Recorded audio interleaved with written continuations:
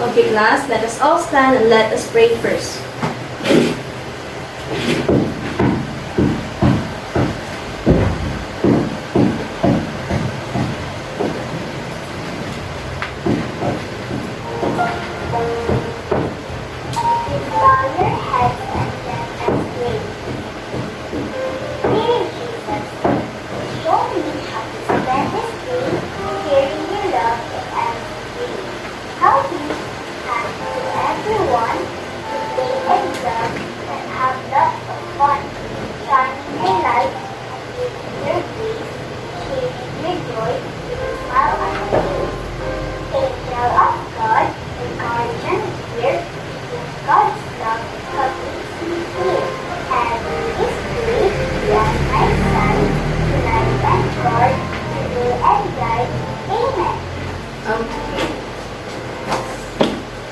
Class, let me introduce myself. My name is Teacher Mary Lloyd. I'm 21 years old and I'm currently living in San Miguel, Zapopangas, Batangas. Now class, let me see how well you are in singing and dancing. So, you're going to follow me as we dance the Hello, How Are You song.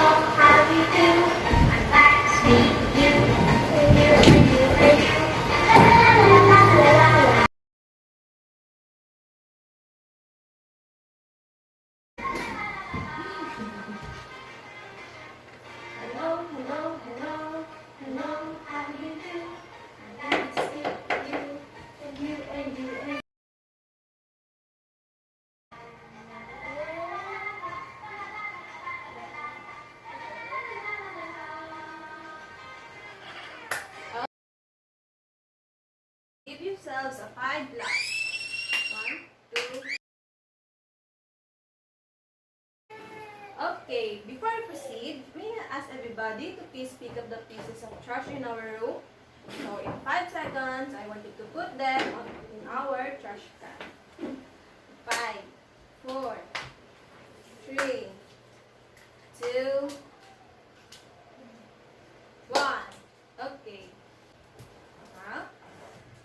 So for today, expect that you're going to learn a very important procedures. Now there comes in 4.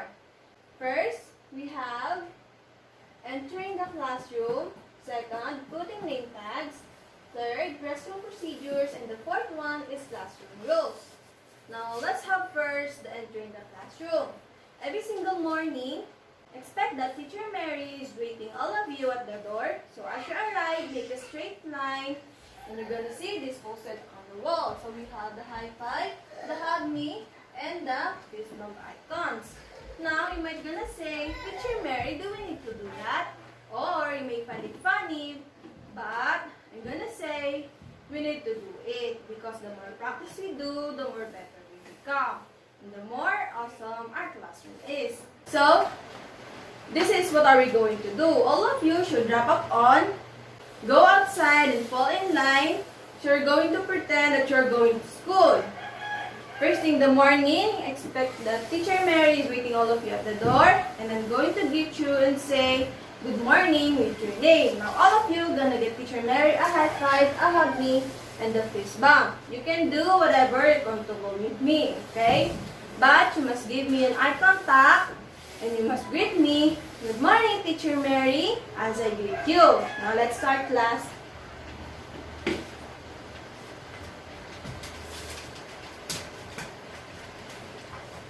Good morning, Ma'am Mary. Good morning, Nicole. Okay. So, very good class. Since that you're all inside the classroom, let's now proceed to the second one, which is the putting name tags. So, I already informed your parents to make your DIY or do-it-yourself name tags. And very good that you're all wearing them now.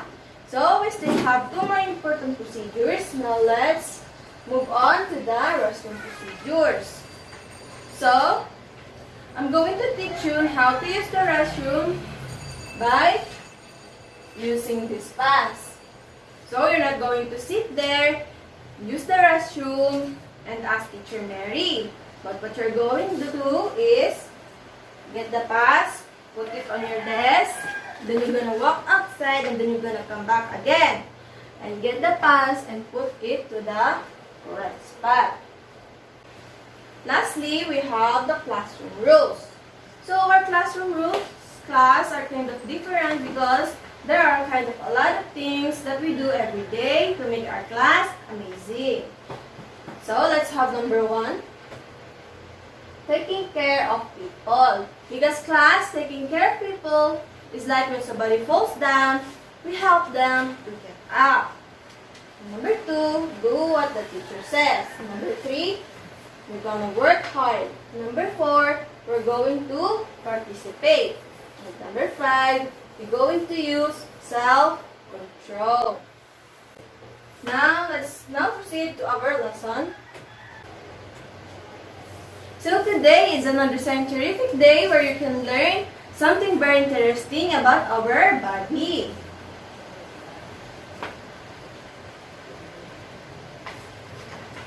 Okay class, prepare your notebook, pencil, as I read to you our lesson objective. Okay. So today class, you are expected to number 1, identify the organs of the digestive system. Number 2, describe the function of each organ of the digestive system. And lastly, but definitely not the least, explain the process of digestion.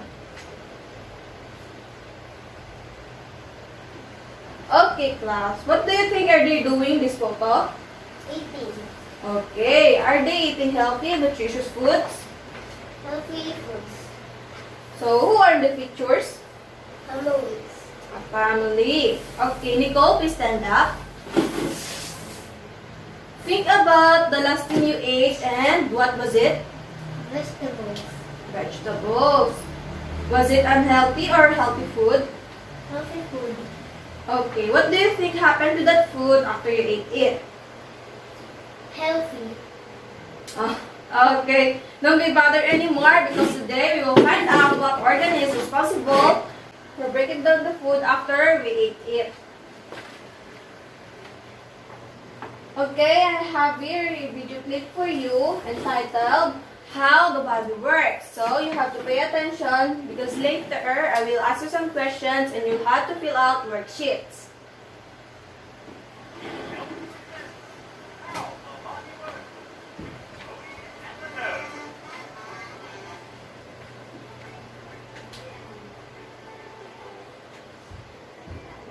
I see your gallstones and raise you 4 tonsils.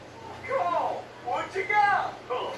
Real and weak, a pair of kidneys. Well, filter my trash. Too bad for you, I have a straight set of teeth. Oh, stupid good for nothing cards. I curse the day I bought you. Double or nothing? No, you can eat chili again. Let's not be, Chloe.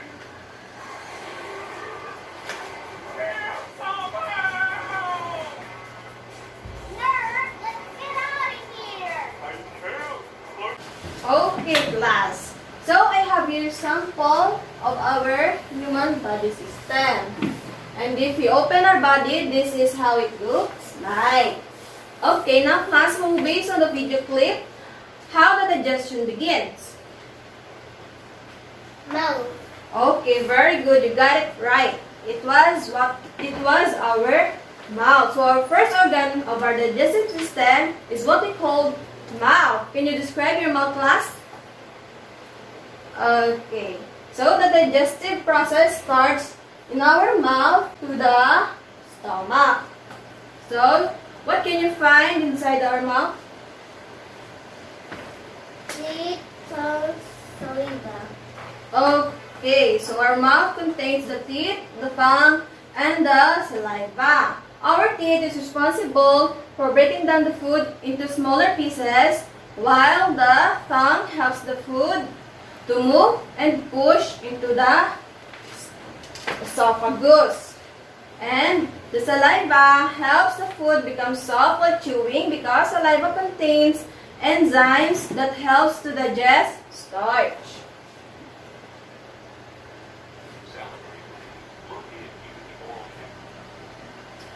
Okay, so what's the next organ that food passes through after the pharynx? Esophagus. Esophagus, very good. So from the mouth, the food travels into the esophagus. So the esophagus is the second organ on our digestive system. It is a long, straight, muscular tube that connects our mouth to the stomach. Did you know the function of the esophagus? The function of the esophagus is to squeeze and push the food into the stomach through the contraction and relaxation.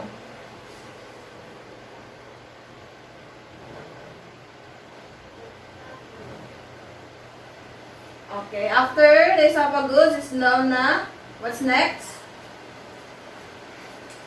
Stomach. Stomach, very good.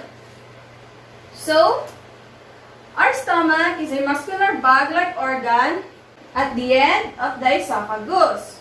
It is also squeezes the food and makes it with gastric juices through the process of peristalsis until it becomes soapy mixture. So, the capacity of the stomach is 50 ml when the stomach is empty. And it can expand up to 2 to 4 liters when full. So, after the stomach, what is the next organ? Small intestine. Okay, small intestine.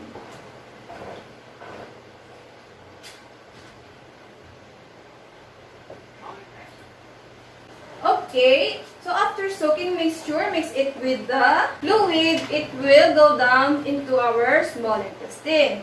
The small intestine is the final place where the digestion happens. There are 3 types of small intestine, which is the duodenum, jejunum, and the ileum. So the digestive juices in the small intestine change into the soluble substance that can pass through the tiny like finger in the lining of intestinal wall that is called villi.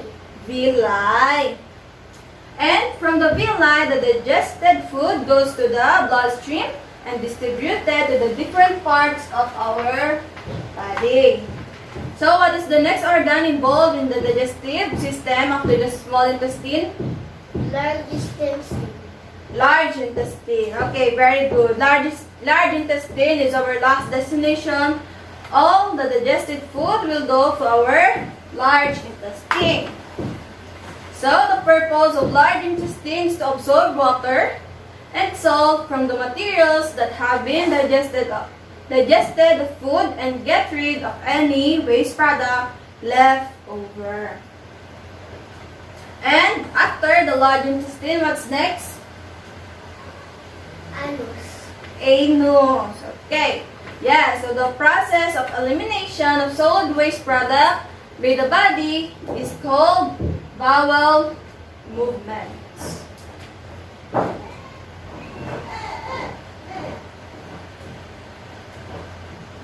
Okay. So that's it. Do you have any questions? If you don't have any questions, we'll have answer the learning task that I will give to you.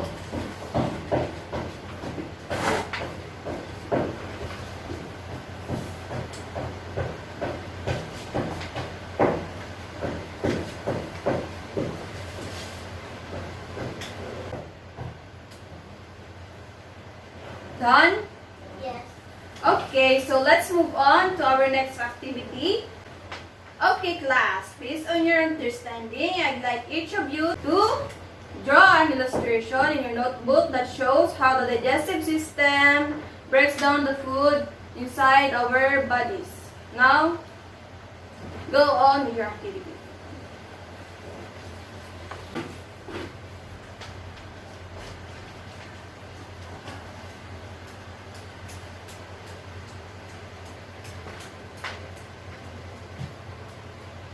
Okay, time is up. Please hand your notebooks to me and place them on my desk.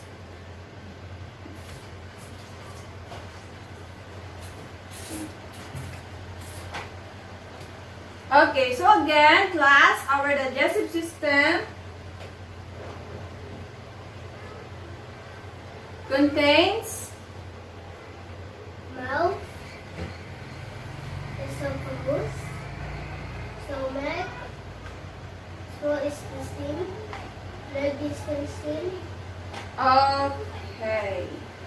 We also have organs. Those are the liver, gallbladder, and the pancreas. The liver releases the bile which is stored in our gallbladder. The gallbladder is the pea-shaped sac large in the surface of the liver, and it adds a storage of the bile. So, while the pancreas, it is a soft reddish gray that lies behind the stomach. This one. That release pancreatic juices that helps in digestion of carbohydrates, fats, and nutrients. Are you still with me? Yes. Okay. Alright, now that you've learned the names of the human organs, you are ready to move on to the next step. For the evaluation, I provided another worksheet for you to answer. There are only 5 questions in this worksheet. Okay?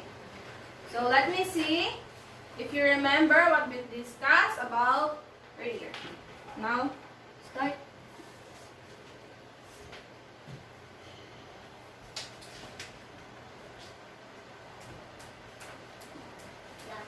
Done?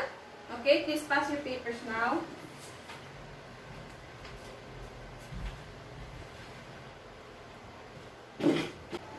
Okay, class, for your assignment, drawing of the digestive system. First, make an expanded drawing using most of a notebook page of the human digestive system. Use different colors to indicate different organs of structures. 3, label all parts. And 4, briefly describe the function of each part. Okay? Okay? Okay, so do you have any questions, clarifications? None. None. Okay, so that's all for today. Thank you. And remember that you're really doing well. So continue to try and do your best. So that's all for today. Goodbye, class, and have a nice day.